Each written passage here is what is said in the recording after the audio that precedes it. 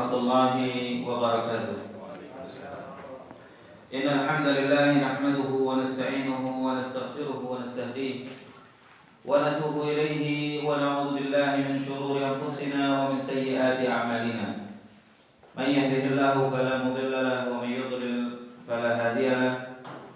Asyhadu an la ilaha illallah wahdahu la syarika lahu wa asyhadu anna Muhammadan 'abduhu wa rasuluhu la nabiyya ba'dahu. أما بعد فإن أصدق الحديث كتاب الله وخير الهدي هدي محمد صلى الله عليه وسلم وشر الأمور محدثاتها وكل محدثة بدعة وكل بدعة ضلالة وكل ضلالة في النار.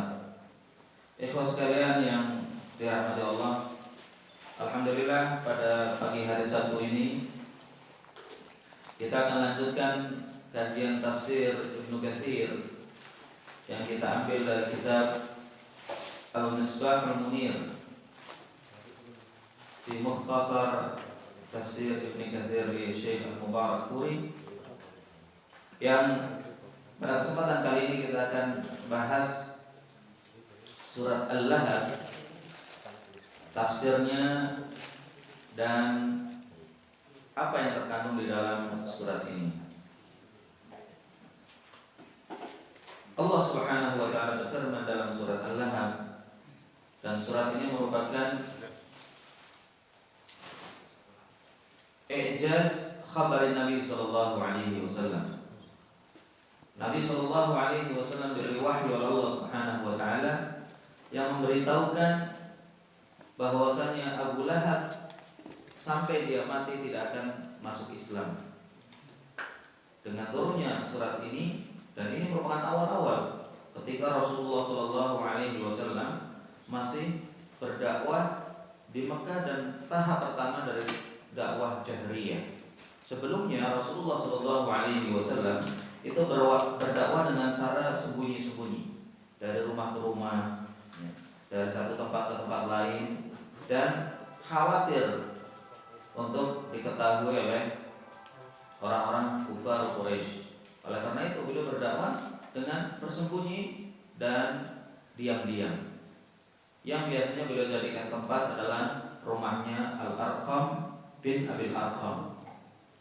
Ya, makanya disebut Darul Arqam sebagai tempat atau madrasah dan sekolahan para sahabat ketika awal mulanya Islam ini dibawa oleh Rasulullah Sallallahu Alaihi Wasallam.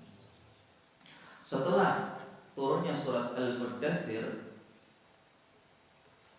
di mana Allah Subhanahu wa taala berfirman, A'udzu billahi minasyaitonir rajim, ya ayyuhal muddatsir qum fa'anzir wa thiyabaka fatahhir. Ya, ketika Allah Subhanahu wa taala berfirman, ya ayyuhal muddatsir, dan surat ini merupakan surat yang kedua turun setelah surat Al-Alaq. Ya, wahyu pertama turun adalah surat Al-Alaq ayat 1 sampai 5. Kemudian Rasulullah SAW ketakutan dan beliau menggigil karena habis bertemu dengan malaikat Jibril dalam bentuk aslinya. Kemudian atau didekap oleh malaikat Jibril. Ya. Kemudian Rasulullah SAW pulang dan mengadu pada istrinya setelah diceritakan kepada anak pamannya Waraqah bin Naufal. Beliau agak tenang. Sebelumnya beliau sangat ketakutan, kemudian menggigil dan berselimut. Ketika itu turunlah wahyu yang kedua, yaitu surat Al-Muddatsir. Ya ayyuhal muddatsir, wahai orang yang berselimut. Qum fa'anzir, bangkitlah. Fa'anzir, dan berilah peringatan kepada manusia. Setelah itu Rasulullah Shallallahu Alaihi Wasallam mengumpulkan orang-orang Quraisy, terutama dari paman-paman beliau dan keluarganya. Disebutkan bahwasanya sebab turunnya surat ini adalah anna Nabiy sallallahu alaihi wasallam kharaja ila al-Batha fa sa'ida al-jabal fanada ya sabaha fajtama'at ilayhi Quraisy faqala ara'aytum إن حدثتكم أن العدو musabbihakum aw musabbihukum aw mumassikum akuntum tusaddiquni? Qalu na'am. Qala fa inni nadhirun lakum baina yadayya 'adzabun syadid. Faqala Abu Lahab ali hadza jama'tana tabban laka, wa fi riwayat tabban laka sa'irul yawm. Fa anzalallahu ta'ala tabbat yada Abi Lahab. Sebab turun surat ini adalah bahwasanya Nabi Shallallahu Alaihi Wasallam suatu hari telah diperintahkan untuk berdakwah dengan terang-terangan. Beliau keluar ke tanah lapang, kemudian naik ke bukit yang ada di tempat tersebut. Kemudian beliau berteriak atau memanggil wa sabaha. Wa sabaha adalah merupakan teriakan atau seruan yang biasanya diserukan untuk sesuatu yang sangat bahaya atau sangat penting, seperti adanya serangan musuh, seperti adanya bencana dan seterusnya. Wa sabaha atau ya sabaha. Kemudian setelah itu, setelah Rasulullah menyerukan panggilan ini, orang-orang Quraisy langsung berkumpul. Begitu mendengar suara Rasulullah yang menyebutkan ya sabaha, artinya seperti hati-hati atau minta tolong dan seterusnya, itu beliau akhirnya didengar oleh orang-orang Quraisy dan mereka dengan serta-merta berkumpul karena ini masalah penting. Ya. Kalau ada panggilan seperti itu pasti ada sesuatu yang sangat penting untuk diketahui. Apakah itu musuh, apakah itu kejadian yang luar biasa, yang jelas bukan kejadian yang tidak penting. Kemudian orang-orang Quraisy berkumpul, dan setelah mereka berkumpul, Rasulullah SAW memberitahukan, "Ara'aitum, apa pendapat kalian seandainya aku beritahukan kepada kalian bahwasanya ada di sana musuh yang akan menyerang kalian di pagi hari?" Seandainya saya beritahukan kalian bahwa musuh di belakang sana, di belakang lembah atau di belakang perbukitan sedang menuju ke sini untuk menyerang kalian, aw masikum, atau ada musuh yang akan menyerang di sore hari, apakah kalian akan membenarkan berita yang aku bawa ini? Apakah kalian akan percaya terhadap berita yang aku bawa ini? Qalu na'am. Serentak mereka menjawab, iya, kami percaya kalau itu berita dibawa oleh engkau wahai Muhammad. Dalam riwayat lain disebutkan, ma'ahidna alaika kadhiba. Kami tidak pernah mendapati engkau itu berdusta. Ketika Rasulullah memberitahu sesuatu pasti benar adanya dan pasti beliau berbicara jujur, tidak pernah beliau itu berbohong atau membawa berita palsu. Dan ini yang diketahui oleh orang Quraisy. Orang kafir Quraisy sudah mengenal Rasulullah itu al-amin, orang yang sangat bisa dipercaya dan tidak pernah berdusta. Ma'ahidna alaika kadhiba. Kami tidak pernah mendapat engkau adalah sebagai seorang pendusta. Kemudian Rasulullah SAW setelah mendapatkan kepercayaan dari masyarakat beliau, orang-orang Quraisy, baik kerabat maupun orang lain, beliau mengatakan, fa inni nadhirul lakum. Sesungguhnya aku ini adalah pembawa peringatan untuk kalian. Aku tidak membawa berita akan ada serangan musuh di pagi atau sore hari, namun aku beritahukan bahwasanya aku ini adalah pembawa berita dan peringatan untuk kalian. Baina yadayya adzabun syadid. Aku adalah pembawa peringatan untuk kalian, mengingatkan akan kebaikan dan keburukan, dan di depanku ada siksaan yang sangat berat kalau kalian tidak mempercayai dan mengikuti apa yang aku bawa ini. Jadi maksudnya Rasulullah SAW memberitahukan bahwa beliau adalah seorang nabi. Beliau adalah seorang utusan Allah, seorang rasul yang membawa peringatan untuk kaumnya, supaya mereka tidak menyembah selain Allah, supaya mereka taat kepada Allah, supaya mereka tidak melakukan kemaksiatan kepadanya.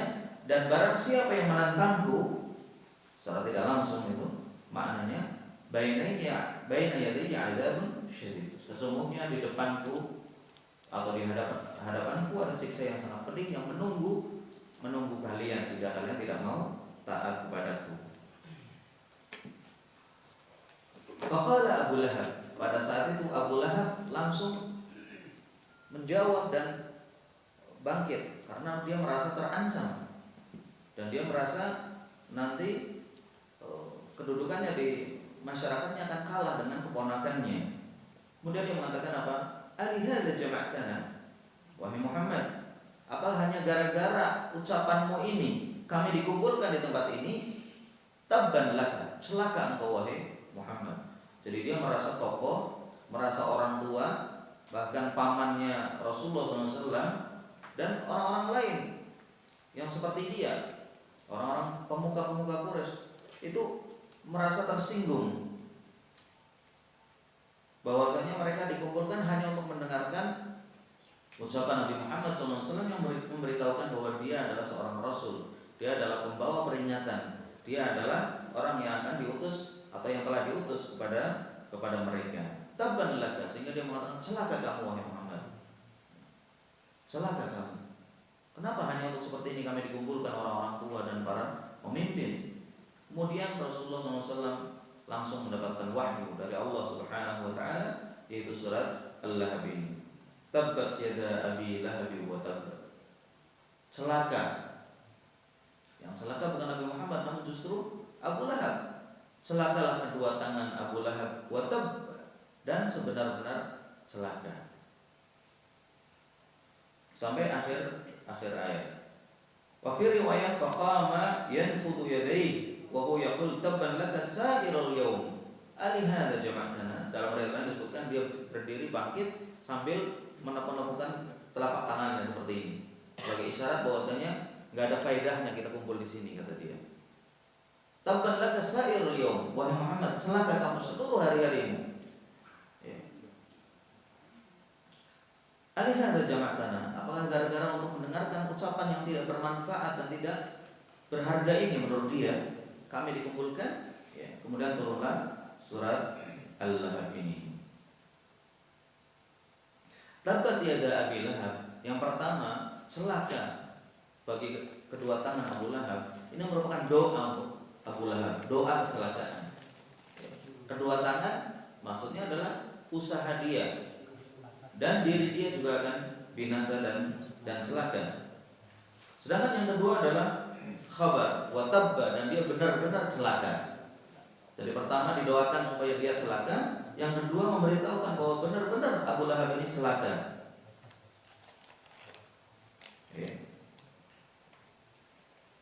Nama Abu Lahab sebenarnya adalah Abdul Uzza ibnu Abdul Muttalib. Abdul Uzza anaknya Uzza, dan Uzza ini berhala, salah satu berhala yang disembah oleh kafir Quraisy. Ibnu Abdul Muttalib, anaknya Abdul Muttalib, jadi masih paman. Abu Lahab dengan Abu Talib, bapaknya Ali bin Abi Thalib, itu saudara. Abbas bin Abdul Muttalib juga saudara. Semuanya paman Rasulullah SAW. Cuma paman Rasulullah yang masuk Islam hanya Abbas. Abdul Muttalib tidak masuk. Hamzah, ya, Hamzah masuk Islam. Abbas yang anaknya Abdul Muttalib, Hamzah bin Abdul Muttalib, Abu Talib dan Abu Lahab dan Hamzah. Dua masuk Islam dan dua dalam kekufuran. Sekalipun Abu Talib dia tidak memusuhi Rasulullah SAW, tapi dia kafir. Ya. Kunyatuhu Abu Uqbah, kunyahnya dia Abu Uqbah. Wa inna ma summiya Aba Lahab li isyraqi wajhihi wa kana katsiran adhiyan li Rasulillah sallallahu alaihi wasallam. Kenapa dia disebut namanya Abu Lahab? Padahal kunyahnya Abu Uqbah. Dikatakan dia lebih dikenal dengan kata atau dengan nama Abu Lahab karena muka beliau sangat cerah. Jadi mukanya itu gagah. Ya. Dan orang ketika melihat itu seperti ada sinar di mukanya atau ada api di mukanya. Lahab itu kan api yang menyala. Disebut Abu Lahab li isyraqi wajhihi, karena mukanya itu bersinar. Dan dia termasuk orang yang paling banyak menyakiti Rasulullah SAW dan sangat benci kepada beliau, dan sangat menghina dan menyakiti Rasulullah SAW.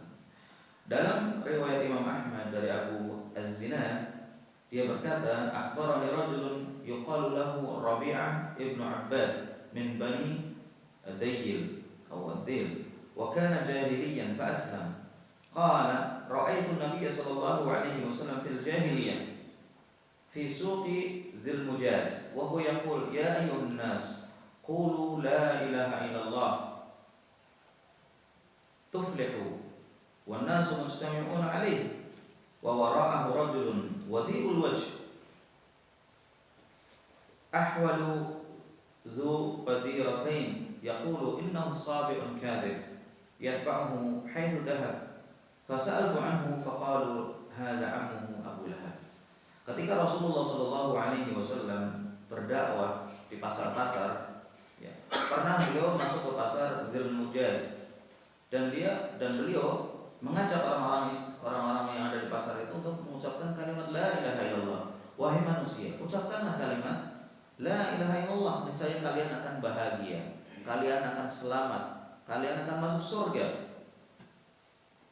Namun setiap Rasulullah SAW mengajak mereka untuk mengucapkan kalimat la ilaha illallah, dan orang pun berkeliling atau mengelilingi Rasulullah dan berkumpul di sekitar beliau, itu di belakang beliau ada orang yang dikatakan mukanya sangat bersinar atau ceria, dan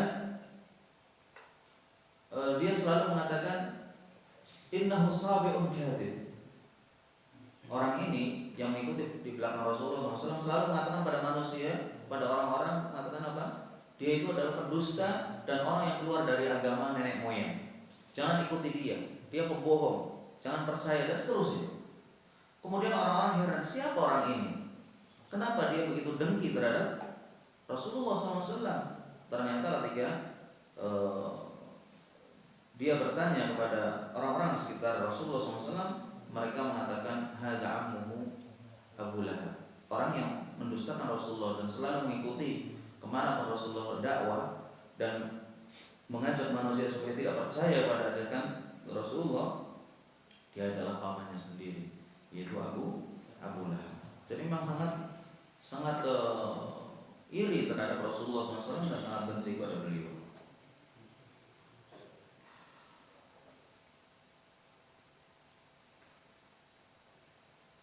Kemudian firman Allah Subhanahu wa taala, ma aghna anhu maluhu wa ma kasab. Tidak akan bermanfaat baginya harta dan apa yang dia usahakan. Maluhu, dia orang yang kaya. Abu Lahab orangnya kaya dan uangnya banyak. Namun uang yang dia miliki digunakan untuk memusuhi Rasulullah SAW, untuk membayar orang untuk menyakiti dia, untuk membayar orang supaya memusuhi dia, dan semua yang dia miliki dikerahkan untuk sabil syaitan, untuk jalan syaitan, supaya dakwah yang dibawa oleh Rasulullah SAW itu supaya tidak menyebar ke orang-orang Quraisy dan sekitarnya. Wa ma kasab, dan apa yang dia usahakan maksudnya adalah anak-anaknya. Dia punya anak-anak yang hebat, ya, namun tidak akan bisa menolong dia. Wa ruwiya an Aisyah wa Mujahid wa Atha wal Hasan wa Ibnu Sirin mithlah. Diriwayatkan juga dari Atha, Aisyah, Mujahid, Atha dan Ibnu Sirin serta Al Hasan. Itu yang dimaksud dengan kasab adalah anak-anaknya. Kemudian diriwayatkan oleh Ibnu Mas'ud bahwasanya Rasulullah sallallahu alaihi wasallam lamma da'a qaumahu ilal iman, setelah Rasulullah mengajak kaumnya untuk beriman kepada Allah Subhanahu wa taala, qala Abu Lahab mengatakan, in kana ma yaqulu ibnu akhi haqqan fa inni aqtadi nafsi yaumal qiyamati minal adzabil alim bimali wa waladi. Dia itu mengancam dan sombong, yang mengatakan kalau memang apa yang dikatakan anak saudaraku, artinya keponakanku Muhammad ini benar, niscaya aku nanti di akhirat akan tebus diriku ini dengan harta dan anak-anakku. Jadi dia merasa uangnya banyak, hartanya banyak, orang kaya. Nanti kalau mau dimasukkan neraka mau bayar sama Allah. Dan juga kalau perlu anak-anaknya dikorbankan, yang penting dia selamat. Dia ngomong seperti itu. Ini kan menunjukkan kesombongan dia. Ya. Dia nggak percaya, tapi kalaupun terjadi, aku akan bayar, kata dia. Pikirannya, harta dan anak-anaknya akan bermanfaat untuk dia. Kemudian Allah menurunkan ma'aghna anhu maluhu wa ma kasab. Biarpun dia punya harta yang banyak, biarpun punya anak yang hebat-hebat, tidak akan bermanfaat untuk dia, tidak akan bisa menyelamatkannya di akhirat kelak. Sayasla naran dzata lahab, karena dia akan masuk ke api neraka dzata lahab yang bergolak, yang sangat panas. Ya. Kemudian ternyata Abu Lahab tidak sendirian. Abu Lahab memerangi dakwah Rasulullah SAW dan menghalangi dakwah beliau tidak sendirian. Dia dibantu oleh istrinya yang juga tidak kalah jahatnya dengan suaminya. Allah Subhanahu wa taala menyebutkan wa imra'atuhu hammalatal hatab. Istrinya juga tukang pembawa kayu bakar. Istrinya ini termasuk Sadatun Nisa'i Quraisy, termasuk pembesar di kalangan wanita-wanita Quraisy, orang terhormat. Ya. Dan istrinya ini adalah saudari perempuannya Abu Sufyan. Abu Sufyan saat itu juga kafir. Namun Abu Sufyan radhiyallahu anhu mendapatkan hidayah dan masuk Islam. Istrinya namanya Ummu Jamil. Itu dia saudari perempuannya Abu Sufyan.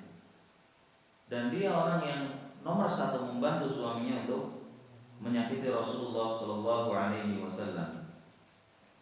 Oleh karena itu, dia akan menjadi penolongnya suaminya juga nanti di akhirat. Namun penolong apa? Penolong yang akan menyiksa suaminya sendiri. Ya. Dikatakan hammalatul hatab fi jidha hablum min masad.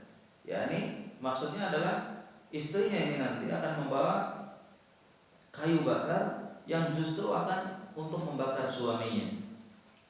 Fatulqi ala zawjiha liyazdada ala ma huwa fihi wa hiya muhayyatun lidzalika musta'iddah. Fi jidha hablum min masad, di lehernya ada tali dari sabut. Namun dalam tafsir disebutkan tali dari api neraka.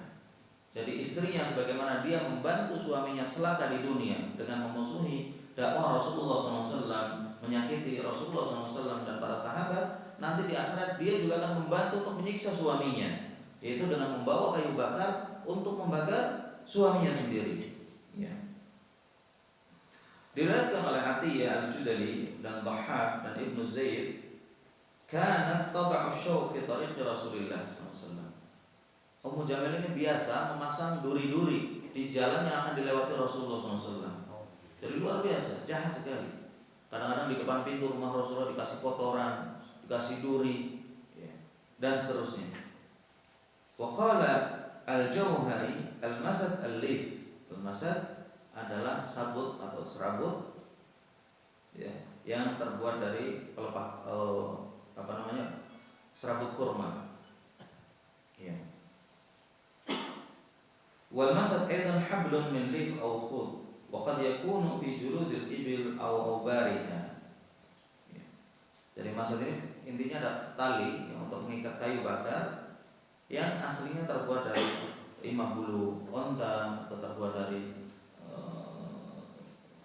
serabut kurma dan seterusnya. Kemudian Mujahid mengatakan fi jidha hablum min masad ay tuwiqa aw tawqun min hadid. Di antara maknanya juga adalah kalung dari besi.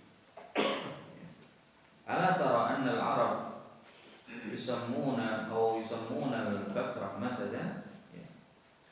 Kemudian ada beberapa kisah bagaimana Ummu Jamil ini menyakiti Rasulullah SAW. Di antaranya dalam hadis yang diriwayatkan oleh Asma binti Abi Bakar, dia mengatakan setelah turun surat Al-Lahab ini, setelah surat Al-Lahab ini turun, dan surat Al-Lahab ini merupakan vonis untuk Abu Lahab bahwa dia akan menjadi ahli neraka dan tidak masuk Islam. Demikian juga untuk istrinya. Si Ummu Jamil ini sangat marah. Begitu mendapatkan vonis dari Allah SWT, sangat marah. Kemudian dia langsung menuju ke rumah bintu Harb.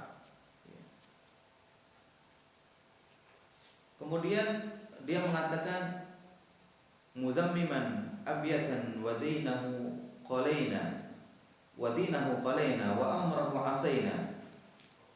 Yani mudammaman atau mudammiman abaina wa dinahu qalaina wa amrahu asaina. Dia mengatakan dia ini orang yang tercela. Makanya Rasulullah SAW, dia adalah orang yang tercela dan kami tidak akan taat kepada perintahnya.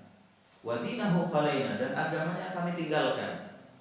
Wa amrahu asaina, dan perintahnya kami langgar. Jadi dia menyatakan dirinya tidak akan taat dan patuh kepada Rasulullah SAW. Sementara Rasulullah saat itu sedang duduk di Masjid Al-Haram dan beliau bersama Abu Bakar. Kemudian setelah Abu Bakar melihatnya, Rasulullah SAW dia mengatakan, ya Rasulullah, laqad aqbalat wa ana akhafu alaik antara. Ya Rasulullah, Ummu Jamil ini telah datang dan saya khawatir dia akan menyakitimu. Ya, karena dia bibinya atau istri pamannya. Abu Bakar As-Siddiq radhiyallahu anhu khawatir jangan-jangan dia menyakiti Rasulullah SAW. Kemudian Rasulullah SAW bersabda, innaha lam tarani. Tenang saja Abu Bakar, dia enggak akan bisa melihatku karena Allah akan tutupi Rasulullah SAW. Faqala Rasulullah SAW, innaha lam tarani, wa qara'a Qur'anan i'tasama bihi. Kemudian Rasulullah SAW membaca Al-Quran untuk pelindung atau pegangan. Kemudian Allah SWT juga menyebutkan, wa idza qara'tal Qur'ana ja'alna bainaka wa bainal ladzina la yu'minuna bil akhirati hijaban mastura. Dan apabila engkau membaca Al-Quran, maka kami jadikan antara engkau dan orang-orang yang tidak beriman kepada Allah tabir yang menutupinya. Jadi tidak akan bisa melihat Rasulullah SAW ketika beliau dilindungi oleh Allah Subhanahu wa taala. Fa aqbalat hatta waqafat ala Abi Bakar. Kemudian Ummu Jamil ini datang sampai berdiri di hadapan Abu Bakar radhiyallahu anhu, padahal Rasulullah di sampingnya. Wa lam tara Rasulullah SAW, dan dia tidak bisa melihat Rasulullah. Faqalat, ya Abu Bakar, inni ukhbirtu anna sahibaka hajani. Saya diberitahu bahwa temanmu, maksudnya Muhammad SAW, telah mengejekku atau telah menyerangku dengan kata-katanya. Faqala la wa rabbu hadzal bait ma hajaki. Fawallat wa hiya taqul qad alimat Quraisyun anni ibnatu sayyidiha. Jadi dia mengatakan kepada Abu Bakar, dan dia tidak melihat Rasulullah SAW yang ada di sampingnya. Dia mengatakan kepada Abu Bakar, wahai Abu Bakar, saya dengar dari orang-orang bahwasanya temanmu Muhammad telah menyerangku atau telah menghinaku dengan kata-katanya, yaitu dengan turunnya surat Al-Lahab ini. Kemudian Abu Bakar radhiyallahu anhu mengatakan, enggak, dia tidak menghina. Maksudnya bukan Rasulullah yang menghinanya, namun Allah SWT yang telah menghinakannya. Fawalat, kemudian dia pulang setelah itu, dan dia mengatakan, sungguh orang Quraisy telah tahu bahwasanya aku adalah anak dari tuan mereka. Maksudnya dia merasa hebat karena tidak ada yang berani mencela dia. Qala wa qala al-Walid fi hadithihi aw ghayruhu fa'atharat Ummu Jamil fi mirtiha wa hiya tatufu bil bait faqalat ta'isa mudammamun. Faqalat Ummu Hakim bint Abdul Muttalib inni la hasan fama ukullam wa thaqafun fama u'lam wa kiltani min banil am wa quraisyun ba'du a'lam. Ya, jadi dia si Mujamil setelah mencari Rasulullah nggak ketemu, kemudian dia berkeliling di Ka'bah, tawaf di Ka'bah, dan dia sambil mencela-cela dan mengatakan hina orang yang tercela, celaka orang yang tercela, maksudnya Rasulullah SAW menurut dia. Dan Ummu Hakim bintu Abdul Muttalib mengatakan inilah aslanun fama ukullam. Aku ini adalah penjaga dan aku tidak berbicara. Wa thaqafun fama ulam, dan aku adalah orang yang memiliki wawasan. Wakil tani min banil am, dan itu semua adalah dan kami semua, dia dan Ummu Jamil sama-sama dari keturunan Am, maksudnya Abdul Muttalib. Wa Quraisyun ba'du a'lam, dan orang Quraisy lebih tahu. Nah, ini adalah cerita bagaimana Ummu Jamil berusaha untuk menyakiti Rasulullah Shallallahu Alaihi Wasallam dengan perbuatannya, dengan kata-katanya, dan dengan kedudukan yang dia miliki. Dan ayat ini merupakan, atau surat ini merupakan surat yang turun di Mekah dan di awal-awal dakwah Rasulullah Shallallahu Alaihi Wasallam, dan merupakan vonis buat Abu Lahab dan juga istrinya, di mana mereka tidak akan selamat karena mereka tidak masuk Islam dan telah divonis masuk neraka. Ya, itu tafsir singkat dari surat Al-Lahab ini. Semoga Allah SWT memberikan kepada kita keselamatan di dunia dan di akhirat, dan akidah dan keimanan yang dijaga oleh Allah Subhanahu wa taala. Baik, kalau ada pertanyaan seputar tafsir, kita silakan. Nah, apakah boleh kita mengamalkan ayat seperti ini apabila tidak ada, kalau ada apa? Ada musuh seperti ayat ini yang dikatakan bisa membantu Rasulullah. Oh, membaca Al-Quran. Di ayat ini, surat ayat ini baru ada dibaca gitu kalau ada musuh. Biasanya yang dibaca bukan ayat ini. Jadi ayat ini berita dari Allah SWT bahwasanya kejadian Rasulullah yang beliau baca Quran, beliau membaca zikir dan doa setelah baca Al-Quran, itu dijadikan oleh Allah SWT atau menjadi penyebab Allah menutupinya dari pandangan Ummu Jamil. Apakah kita boleh menggunakan ayat-ayat seperti ini untuk melindungi diri kita? Ya, kalau mau dibaca ya insya Allah nggak apa-apa. Tapi ayat ini bukan dibaca oleh Rasulullah zahirnya, tapi turun menceritakan tentang kondisi Rasulullah SAW. Ya. Yang biasanya dibaca oleh orang untuk ketika takut pada orang lain adalah yang dibaca ketika beliau mau hijrah. Yang beliau melemparkan debu ke orang-orang kafir Quraisy. Surat Yasin. Apa suratnya mah? Ayatnya? Waja'alna. Nah. Wa baina aydihim sadda wa min khalfihim sadda. Iya, itu biasanya dibaca oleh orang yang takut kepada seseorang, minta supaya dilindungi oleh Allah SWT. Bagaimana membaca ayat itu? Apa boleh diamalkan? Ya insya Allah nggak apa-apa, karena itu termasuk pernah dibaca oleh Rasulullah ketika beliau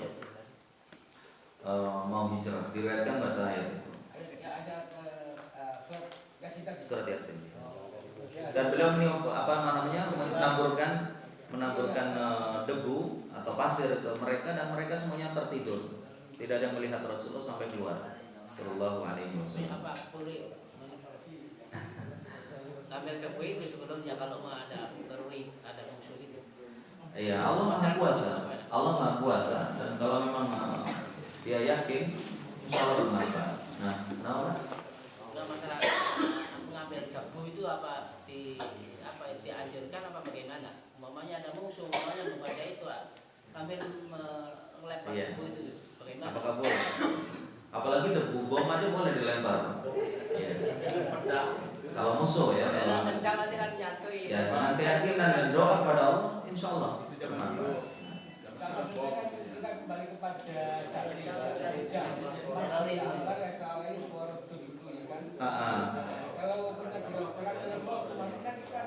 Iya, itu dalam riwayat dikatakan beliau baca ayat itu. ketika mau hijrah kan semuanya tertidur, gak ada yang lihat. Tahu-tahu Rasulullah udah gak ada, nggak melihat. Beliau keluar dengan Abu Bakar dari rumah beliau, nggak ada yang melihat. Mereka sadar-sadar ketika masuk yang didapati Ali bin Abi Thalib di kamar beliau. Jadi kita kan nggak melihat konteksnya debu, kalau kita taburin bedak juga nggak apa-apa. Ya, jadi intinya ayat-ayat itu adalah permohonan, banyak yang mengandung doa-doa kepada Allah SWT. Kalau kita baca ya boleh, tidak apa-apa. Adapun Rasulullah pernah mengamalkannya, jelas itu lebih afdal. Kalaupun tidak, seperti ayat-ayat ruqyah yang kemarin kita bicarakan atau kita bahas, ayat ruqyah banyak yang mayoritas tidak pernah dibaca oleh para sahabat atau Rasulullah dalam mengobati orang yang kesurupan. Tapi dibaca ayat itu, dicoba, ternyata bermanfaat. Dan Allah sudah memberitahukan bahwasanya Al-Quran ini syifa'un linnas, syifa'un lima fis sudur. Obat, Quran ini semuanya obat buat manusia dan obat penyakit yang ada di dalam hati. Cuman sebagian ayat lebih kuat dari yang lain, tentang ayat-ayat sihir, ayat-ayat tentang yang bisa mengobati orang dari jin. Itu tentunya jurusannya mamanya orang Ini jurusannya ada ayat ini gitu. Fenomena di tetangga kampus saya itu ada seorang kiai ya kan, yang kiainya orang sufi ya. Tapi dengan alasan dia karena ini tidak melihat apa yang telah diamalkan oleh Rasulullah dan dilakukan para sahabat, tapi Imam Ahmad, Imam siapa yang salah sahabat enggak yang pakai sendal. Iya, itu sandal. Imam Malik. Kemudian di sana itu ada yang namanya Kiai Gofur, itu kalau mengobati orang lewat sandalnya. Tapi sembuh. Ya, pertama Imam Malik juga bukan nabi, ya. Artinya beliau waliullah, orang saleh, dan beliau karena saking takutnya kepada Allah SWT, ketika meruqyah orang tidak perlu datang, dikirim sandalnya, itu jinnya udah ketakutan. Ini menunjukkan kehebatan Imam Malik radhiyallahu anhu. Rahimahullah. Imam Ahmad ya, Imam Ahmad ya. Yang jelas kalau memang ada orang yang takwa kepada Allah SWT, ya mungkin nggak seperti Imam Ahmad, tapi dia memiliki kedekatan dengan Allah SWT dan jin takut sama dia, mungkin sekali, nggak masalah. Ya. Kalau memang dia benar-benar seperti itu, asalkan ya semuanya disandarkan kepada Allah, bukan percaya sama kiai ini, namun diserahkan kepada Allah SWT. Apa harus sandal? Ya nggak harus. Mungkin sorbannya, mungkin ayatnya. Kalau itu udah dibacain ayat ruqyah mungkin bermanfaat. Biasanya sih air biasanya. Biasanya itu air. Nah, masalah ayat ini Ustaz. Apa kabar Pak? Ini ya dicap ya. Ya. Orang satu dah ya. Gimana Pak?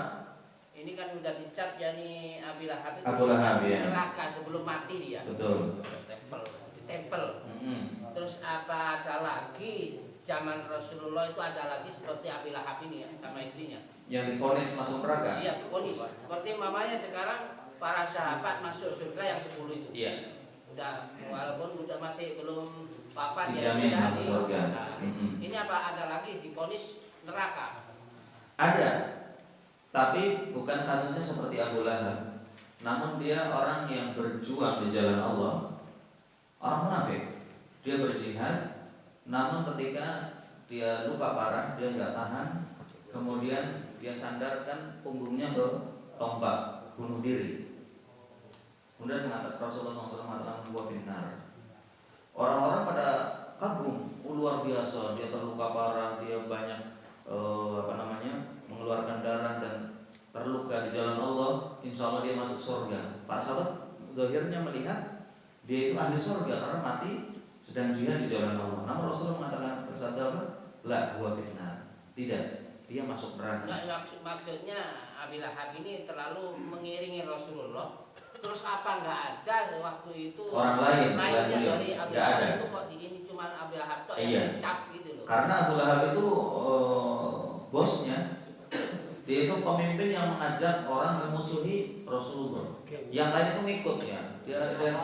Jadi yang sangat-sangat dicap itu cuma Iya. Abi Lahab itu. Iya, dan itu wahyu dari Allah, bukan Rasulullah yang mengajak, tapi Allah yang memberitahukan bahwasanya dia itu akan masuk neraka bersama istrinya. Nah, cukup. Betul ya. Apa termasuk orang yang menghina orang berjenggot terus celana cingkrang terus dia menyebarkan opini gini gitu. Menghina, mengejek. Ya. Dihawat, dicabrakan. Termasuk apa maksudnya? Seperti Abu Abu Lahab. Lahab sama Abu Lahabnya. Maksudnya kena hukum seperti dia gitu. Ya kita nggak bisa katakan dia seperti Abu Lahab. Dalam artian vonis dari Allah tidak bisa.